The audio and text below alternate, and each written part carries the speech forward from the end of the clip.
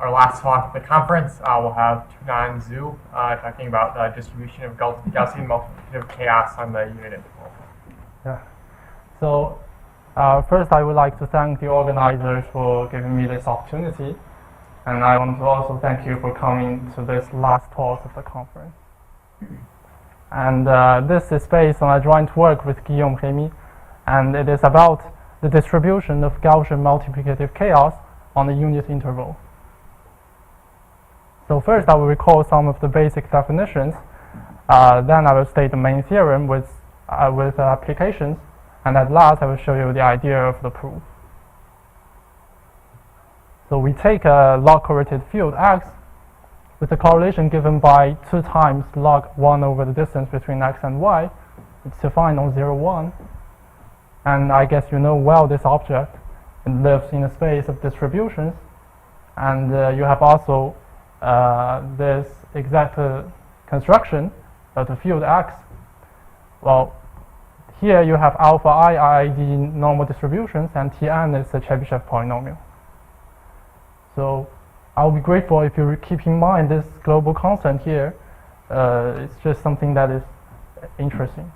Well, actually we'll work with the regularization procedure x delta, which means that we are taking a smooth average around a point of the field X. So if you use the approximation, you can actually define a sequence of random measures which actually converge in a certain sense to the so-called Gaussian multiplicative chaos, abbreviated as GMC. And I want to recall some of the previous works related to this topic. So first, in 1993, Kaneko has studied the differential equations for Selberg integrals. And Selberg integrals are just the positive integer moments of the mass of the GMC, as explained in this morning's talk. And so actually this is quite like a special case. And then some physicists, Fyodorov, Dusar-Rosso, and Ostrovsky, they have done some predictions on the exact formulas on GMC, which actually gives our motivation to prove this result. So thanks to the development of Liouville field theory, constructive Liouville field theory, so recently there has been some exact computations of GMC. For example, the DOZZ formula proved by Antti, Rémy, and Vincent was a result for the GMC on the sphere. Well, it is an important result for physics, but they do not characterize the law because they don't have a free parameter of the moment.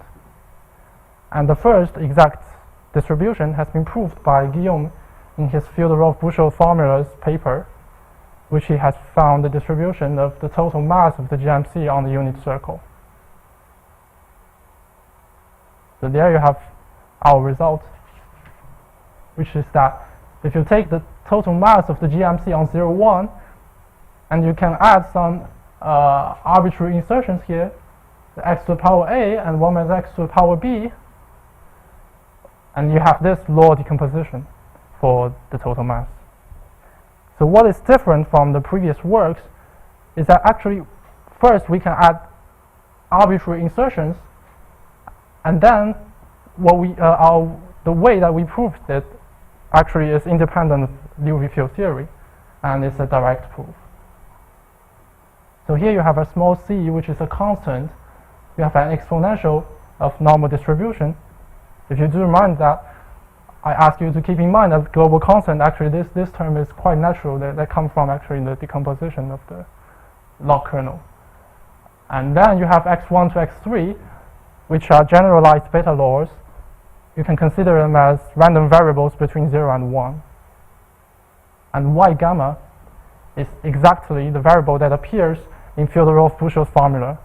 So this has the same law as the total mass of GMC on unit circle. So you may guess that there's a close relation between our approach and the Liouville field theory. So it's a work in progress actually. So what about the Xi's? Xi is a generalized beta laws. Actually, we know about their moments, but it's quite complex. But just if you take the 1, 2, 3. Well, there are independent generalized beta laws. that actually there are dependence on A, B, and gamma, and actually they're not as free as they look like. So we actually compute the real moments for this object, and the bound here is actually the bound for existence, and they are also the most general bound. So let me talk about some of the applications. First, you can take on this slide, you can take a general kernel that you add some continuous bounded function to this kernel. Well, of course, it should stay positively defined.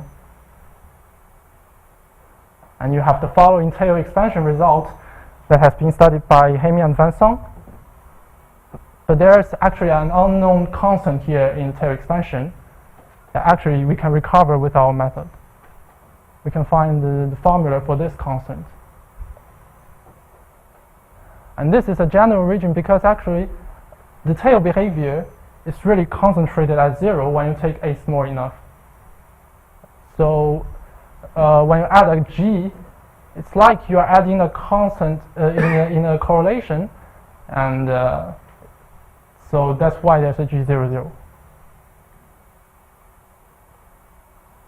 So this is for tail expansion. And the other application is that thanks to the results by Arupova and Sepulveda, they have shown that the critical GMC can be seen as a limiting law of this sequence. Well, here we just take it as definition, and with our result, actually we can find the law decomposition for that one. And as a corollary of this application, after the works by Model, Dean, Roy, and Zaitouni, they have found a maximum of log correlative field. If you take the regularization and you subtract some dominant terms in the development, you will get this convergence. And there you have a log of critical GMC, which we actually have the law decomposition. And in this case, actually, you can find the law of the limit.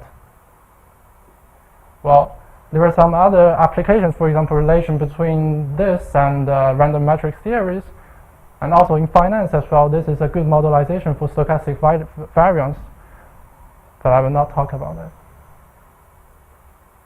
So if you are convinced by the applications, I will move on to the proof. Just one question: how does your result compare with the what you saw also results? Yeah, actually, we're proving that conjecture. Actually, yeah. It was exactly the same. Or Yeah, it's exactly the same. Because actually, this is the most general case that we can do a prediction actually, because this is as far as we know for the Selbert integrals. Well, you can on a circle maybe there are more generalizations, but the interval case is quite general actually.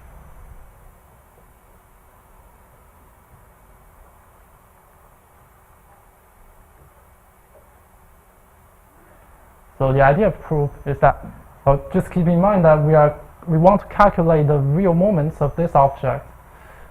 And so actually we are introducing two auxiliary functions. We're adding x minus t to the power gamma squared over 4 for u and x minus t for u tilde. Well, this is actually inspired by Liouville field theory. And I confirm that those are the only two parameters that you can put here to get a second order differential equation, which is actually a hypergeometric differential equation. So this kind of equation has been well studied. And since we are going to prove, since we have proven it in a direct way, actually we're doing integration by parts, Cameron-Martin transformations, symmetrization tricks, and so there are actually some boundary terms that you need to really do some careful controls for GMC. And so there are some technical difficulties in this way, since we are working with A and B in a general bound. So once you have the differential equation, the second step would be to resolve it. Actually, just denote the m, the quantity that we want to calculate. If you are allergic to formulas, you just look at the colored text. Here I want to say that in order to calculate big M, you need actually 4 shift equations. The first two are 2 shift equations on A, which is a gamma square over 4 and 1 shift. Imagine that you are working with non-rational gammas. You actually get the dependence on A with these 2 equations.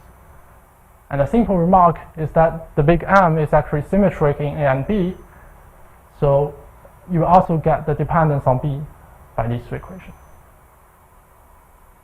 And then the other 2 shift equations, actually, since we have determined the dependence on A and B, you can take special values of A and B. So there's, we actually have these 2 shift equations for P, and in this way you can determine the dependence on P.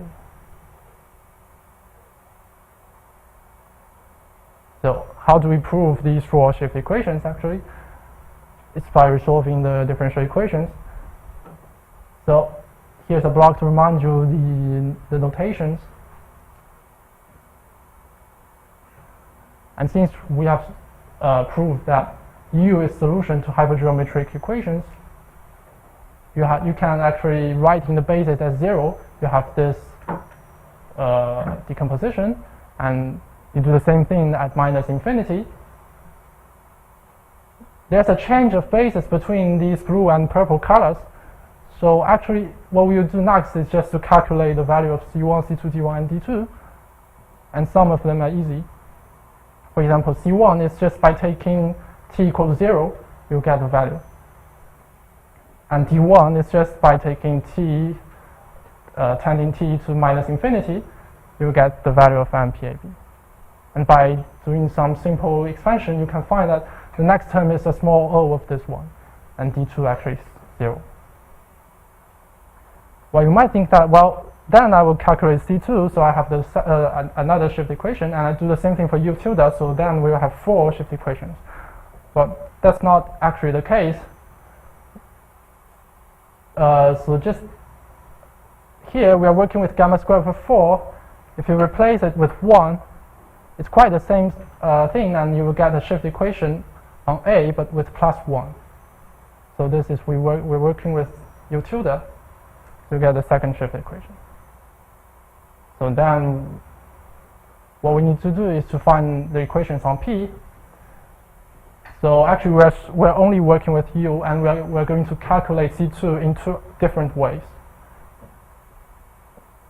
So the first way is by Taylor expansion. You can imagine that if you take the derivative, there's something like P minus 1 that will appear, and so actually you have the relation between this and this, so actually you can have the third shift equation. If you do the same thing for U tilde, you will still get a shift equation of 1. So the other way to do that is if you imagine, when I talk about the tail expansion result, there's something that happens really in the neighborhood of 0. So when A is small enough, you will have this quantity really concentrated at 0. And so we can zoom in around 0, you will get some fractional moments here. And this will actually give us a 4 over gamma shift, 4 over gamma square shift, which is the 4th equation. So now with the 4 equations, just show you the expression of the result that we have proven. Well, the double gamma function actually appears naturally because actually they are shifted by gamma functions. And if you do remember that the 4 equations that we prove, they are, never mind. The 4 equations that we prove, actually they are ratios of gamma functions, and the double gamma functions, if you do some manipulation, you can find out this formula. So, about some perspectives. First, we want to understand the relation with Liouville field theory. Well, it should be a special case of the several boundary case for Liouville field theory, but we still don't understand the relation, for instance. And we believe that if we understand the relation, we might find the joint law of GMC on the interval. And also we can do with other geometries. For example, the circle, we can add more insertions, and we can also do disk with circle in the same time. And also, well, there are sphere, there are other geometries. And we can also work with other differential equations for other observables. For example, you can just get higher order differential equations from the observable that we've seen, but maybe there are other differential equations possible. So that's the end of my talk. I want to thank you for your attention.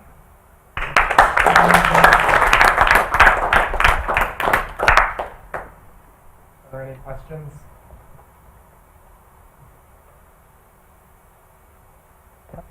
At one point you said that you can get the dependence in A and B of the integral if 4 over gamma square is not relational. Yeah. Yeah, actually, you have the continuity in gamma. Yeah, continuity in gamma. Yeah. It's not difficult to prove that.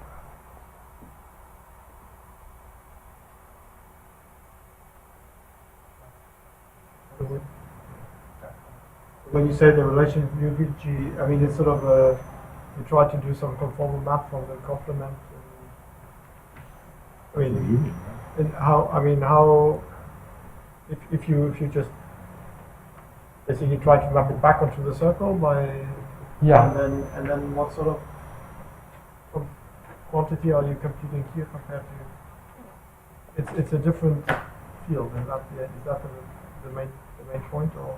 Yeah, it's a different field, but yeah, you're right. But what we are trying to understand is actually on the circle we can put 3 different kind of GMC, and maybe we'll find a way to relate this result with this. Yeah.